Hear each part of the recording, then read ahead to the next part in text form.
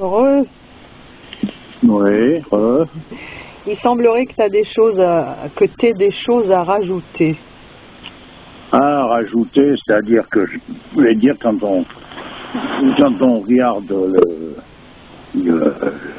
l'ensemble du décor pour en venir à Israël, en réalité, les fomenteurs de ce genre de plan, on voit des gens, des juifs qui sont à l'extérieur de ce mouvement, qui dirigent ce mouvement, c'est eux qui décident, mais c'est pas eux qui sont au casse-pipe. Hein. Ouais. C'est-à-dire que de nouveau là-bas, le peuple d'Israël en question, le peuple juif, ils ont de nouveau été enfumés, on les a de nouveau zombifiés, hypnotisés pour leur faire jouer un numéro de cirque. Hein. Tu vois, parce que les banques mondiales sont tenues par des mouvements juifs, des grandes familles, qui sont assez connus, hein, on sait très bien qui tient à un moment donné le couteau par le manche à ce niveau-là, et c'est eux qui font marcher tout cette gymnastique-là. Ouais. Voilà, donc ils sacrifient leurs propres frères pour faire un numéro, faire un show. C'est bon, tu vois, je veux dire, ça commence à faire. Ouais. Et les autres sont chauvins, ils se sont fait monter le bobéchon, ils sont sûrs qu'ils défendent une bonne cause, et puis vas-y. Hein. Voilà. Comment? En fait, le nationalisme, c'est vraiment un outil de manipulation. Oui, puis je te dis, le nationalisme, ça peut être tourné, ces conflits de religion, c'est devenu ça. On va prouver qui c'est qui est le plus croyant, puis qui c'est qui est le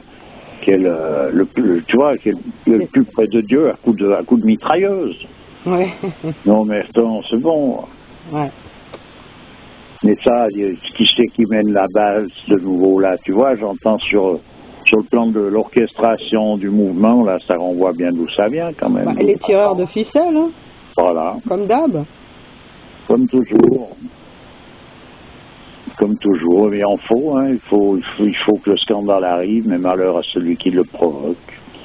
Voilà, comme on disait, l'élite dégénérée qui gouverne actuellement le monde, elle est aussi bien faite, et on l'avait déjà dit, hein, de gens, d'Américains, d'Arabes, de Juifs, de Noirs, on voit de tout, des Chinois, il y a tout là-dedans. C'est une classe particulière. C'est plutôt une lutte de classe.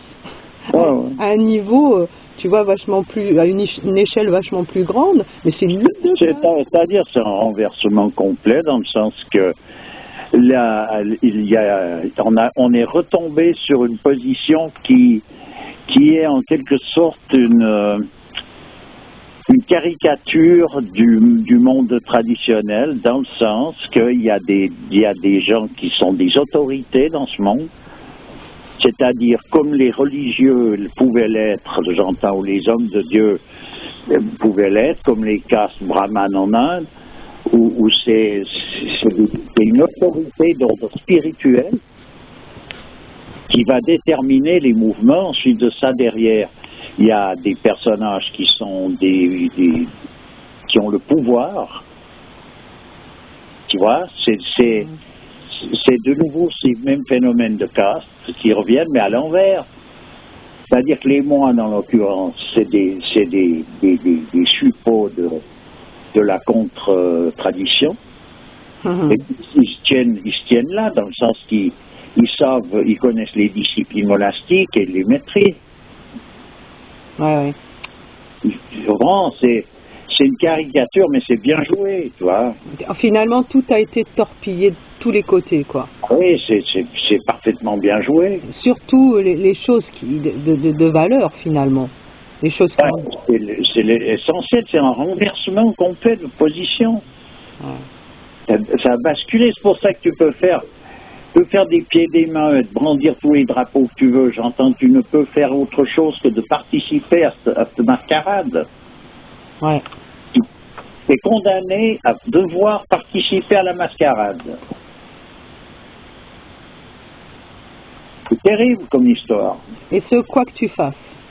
Ah ouais, c'est sûr. C'est sûr. Donc il faut sortir vraiment s'extirper de tout ça, quoi.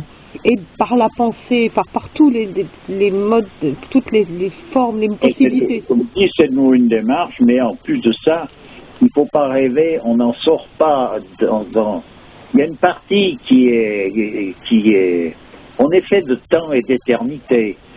Il ne faut pas l'oublier. Donc il y a une partie qui doit rester sur la scène de théâtre et puis jouer le rôle qui lui a été indiqué, qui lui est revenu, contre lequel il ne pourra rien changer. Et puis on pourrait dire, en même temps, on peut être parfaitement conscient. Là, voilà. On ne peut pas être totalement en dehors de ça, parce que quand on est... Comment c'est impossible. Quand on est plongé dans l'eau, on est obligé d'être mouillé, quoi. Ben, on y est, on fait partie de l'humanité, tout le monde fait partie de l'humanité. Ce qui veut dire qu'en ce moment, il y en a qui sont en train de mourir dans la souffrance, d'autres qui se dorment au soleil, d'autres qui sont bien repus derrière un fauteuil en train de regarder la télé, ou n'importe quoi, ou des gens qui discutent sur Dailymotion, tu vois. Voilà. Ça me fait penser à la chanson de Amadou et Myriam, là, pendant que d'autres rient, d'autres pleurent dans ce monde, triste réalité, tu vois. Mais c'est vraiment ça, quoi, quelque part. C'est ça, et de toute façon, poussez pas, il y en aura pour tout le monde. Ouais. Bon, voilà, c'est ça l'histoire. Et on ne peut pas dire qu'il puisse y avoir actuellement dans le monde quelqu'un d'heureux, c'est pas vrai. Ouais. Tout simplement, c'est pas vrai. Que ce soit un juif, un palestinien, que ce soit un banquier, ou que ce soit un balayeur, ou un pêcheur, ou un gangster, ou un flic, c'est égal, il n'y en a pas un d'heureux. Ouais, c'est sûr, hein, c'est vrai. Puis qu'il soit noir, blanc, jaune, n'importe quelle couleur, il n'y en a pas un d'heureux. Il peut y avoir des faux éclatements, des crises de nerfs, des folies. Ça fait partie aussi de ce décor de dissolution. Mais quelqu'un d'heureux? Non. Non, moi, tous les gens que je vois autour de moi, il n'y en a pas un qui saute au plafond, tu vois, de joie. Hein. Les gens les plus près de la réalité de ce bonheur, je vais te dire qui c'est les gens les plus tristes. Ah ouais. Voilà où on en est. Parce qu'ils sont donc, s'ils sont capables de pouvoir savoir ce que représente le bonheur, ça veut dire qu'ils constatent ce qui se produit en ce moment, puis ils ne peuvent pas être dans autre chose que dans une tristesse insondable. Bon, ben alors, je crois que... Donc, ce que tu as dit, qu'est-ce qu'ils ont, ces gens-là, et c'est les plus heureux? Je dis, j'ai pas dit que c'était les plus heureux, mais ça veut dire qu'ils ont une notion, un souvenir de ce que représente le bonheur. Quand tu vis dans un monde comme celui-ci en ce moment, et que tu as une notion, même encore lointaine même, de ce que représente le bonheur, tu ne peux pas être autrement que dans une profonde tristesse à quelque part. Pour moi, c'est de l'insouciance, ou de l'inconscience, ou de l'ignorance. Tu vois? Oui, mais il y a aussi un autre côté, c'est qu'il y a aussi des personnages qui vivent les choses d'une façon et qui sont portés à quelque part par un ange gardien qui les maintient dans une... Ils sont quand même c'est la fête, c'est la dernière fête, c'est l'enterrement, mais la fête continue, quoi. Et tu parles pas de l'imbécile heureux, quand même? Non, je parle pas de l'imbécile heureux, je parle de quelque chose qui tient quand même debout aussi, malgré tout. Voilà. Il y a des personnes, ça fait partie aussi du décor. C'est-à-dire que, quoi qu'il arrive, le bateau coule, le château brûle et tout. Et ils continuent de jouer, voilà, le château brûle, puis ils sont en train de jouer un morceau de musique, puis ils vont jusqu'à la dernière note, elle se fait sous l'eau, quoi. Oui, le château brûle, mais tout va très bien, Madame la Marquise. Ouais, il y a ce côté-là. Ah ouais, j'aimerais bien être comme ça. Ah ouais. Ah là là. Pas toujours facile. On est obligé de jouer le rôle qui nous revient, tu sais, alors là. On peut pas improviser. le rôle de quelqu'un d'autre. Mais c'est marrant de voir, enfin c'est marrant, pour autant qu'on puisse se marrer, je veux dire de voir ces nuances qu'il y a d'un personnage à un autre, qu'il est en train de vivre, comment il le vit.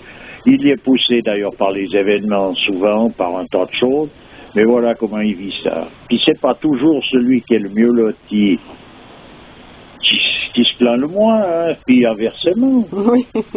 C'est drôle de voir tout ça. Ouais, la petite bourgeoise, elle peut être là complètement désespérée parce que, oh mon Dieu, elle a perdu une boucle d'oreille, tu vois, et c'est la fin du monde. Et puis à l'autre bout de la terre, il y a cette femme qui vient de perdre son enfant. Ça rentre dans les possibilités de l'homme parce que l'homme, s'il ne se dépasse pas vraiment, lui, il est régi par des lois qui font que, en réalité, s'il n'a pas de gros problèmes, il est dans un état. Et c'est son état qui est déterminant. Ce qui veut dire que si il n'a pas de gros problèmes, il grossit les petits. Ouais, oui. Et de toute façon, il se retrouve avec des gros problèmes. Voilà, c'est tout. Bah, voilà. À force de les grossir, ils deviennent gros, les problèmes. Non, mais il ne peut pas faire autrement. Ou il doit se dépasser. Totalement. Et puis il souffre réellement, tu vois. Oui. Comme quoi tout est question de subjectivité, parce que, tu vois, enfin pas tout, parce que quand tu perds vraiment quelqu'un, tu vois, ton enfant, quand tu es une mère, c'est pas une souffrance subjective, je sais pas ce que je veux dire, mais toute proportion gardée, on est quand même dans la subjectivité. Ah ben, évidemment, c'est sûr. C'est sûr. Mais les rouages du destin sont vraiment impénétrables.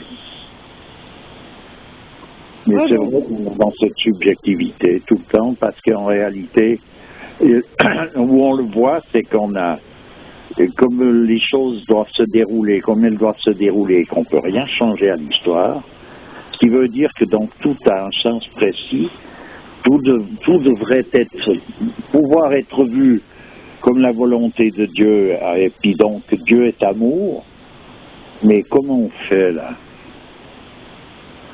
Tu vois? Oui, parce que des fois on grince des dents quand même, hein? Bah, attends, c'est normal. Ça, ce qui sera normal, c'est de pas grincer des dents. Chacun il passe par le bout où il peut se faire attraper.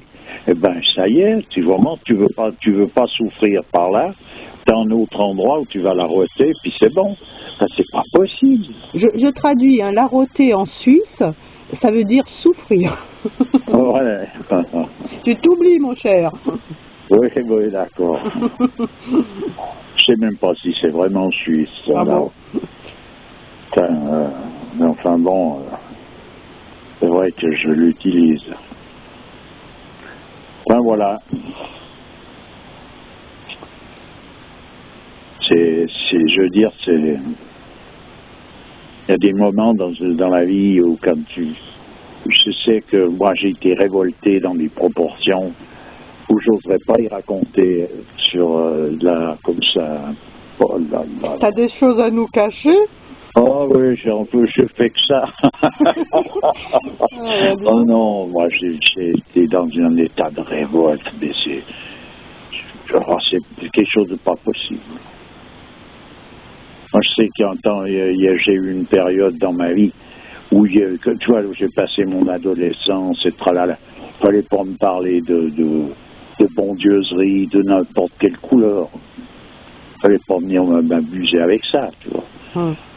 Alors non, parce que c'est pour ça que je suis très mordant quand on parle du moralisme, parce que c'est tout ce qu'on entendait, c'est du moralisme. Alors ça détonne tellement avec les événements qui se produisent sur Terre, où on voit toujours quand même des personnages qui sont dans une précarité, et ceux-là, on les supporte plus, et on en fait de la viande hachée. Ouais. Ça se voit quand même. Attends, t'as 15 ans, moi je peux te dire que je voyais ça. Oui, ils sont où les gens bien pensants là? Ouais, puis après on venait te raconter que le bon Dieu punissait ceux qui avaient fait le mal, et puis il protégeait ceux qui avaient fait le bien, tu vois, sur un ton où finalement ceux qui sont en train de crever dans un coin, ils l'ont bien mérité. Tu vois ce que je veux dire? Ouais, c'est ça. Moi, j'en aurais bouffé. Ah, rien que d'y penser, vois-tu, c'est pas possible. Alors, Donc, quel état j'ai pu me mettre pour ça? C'est ridicule. C'est ridicule d'une certaine manière. Ouais. Mais d'un autre côté, c'est certain. D'ailleurs, j'avais un père extraordinaire pour ça, parce que à un moment donné, on habitait Lausanne, tu vas à l'école, tu devais aller au catéchisme, ça fait partie du décor, tu peux pas le faire. Bref, c'est toute une législation. À un moment donné, mon père me dit, tu devrais y aller un peu. Je dis, c'est pas quelque chose qui manque d'intérêt sur toute la ligne. Hein. Bon, moi j'y vais. J'ai cru que je mangeais le curé là-bas. Ça a failli tourner au vinaigre. Le curé est parti. Le catéchisme s'est arrêté. Il est parti parce qu'il s'est senti menacé. Il a cru que j'allais lui mettre la tête sous le dent bénitier ou je sais pas quoi. Puis bref, des histoires, il est allé se plaindre vers mon père. C'était un petit tralala. Mais t'étais un empêcheur de tourner en rond, dis donc. Attends, et mon père, quand je rencontre mon père, parce que je le craignais, mon père, parce qu'il me passait rien, il me passait rien, je veux dire, dans le sens de m'expliquer à chaque fois la position que j'avais là-dedans. Hein. Eh bien, il m'a simplement dit, tu as raison, mais tu as tort d'avoir raison de cette manière-là, parce que tu te dois, par rapport à ta propre raison même, de te comporter avec une attitude qui redresse la situation et non pas qui la prolonge. Voilà.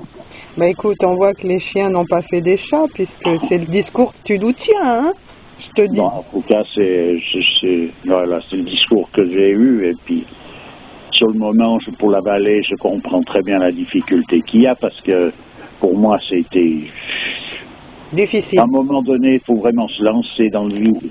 Ouais. Ok, écoute, je te remercie bien. À bientôt. Toujours avec plaisir. Au revoir.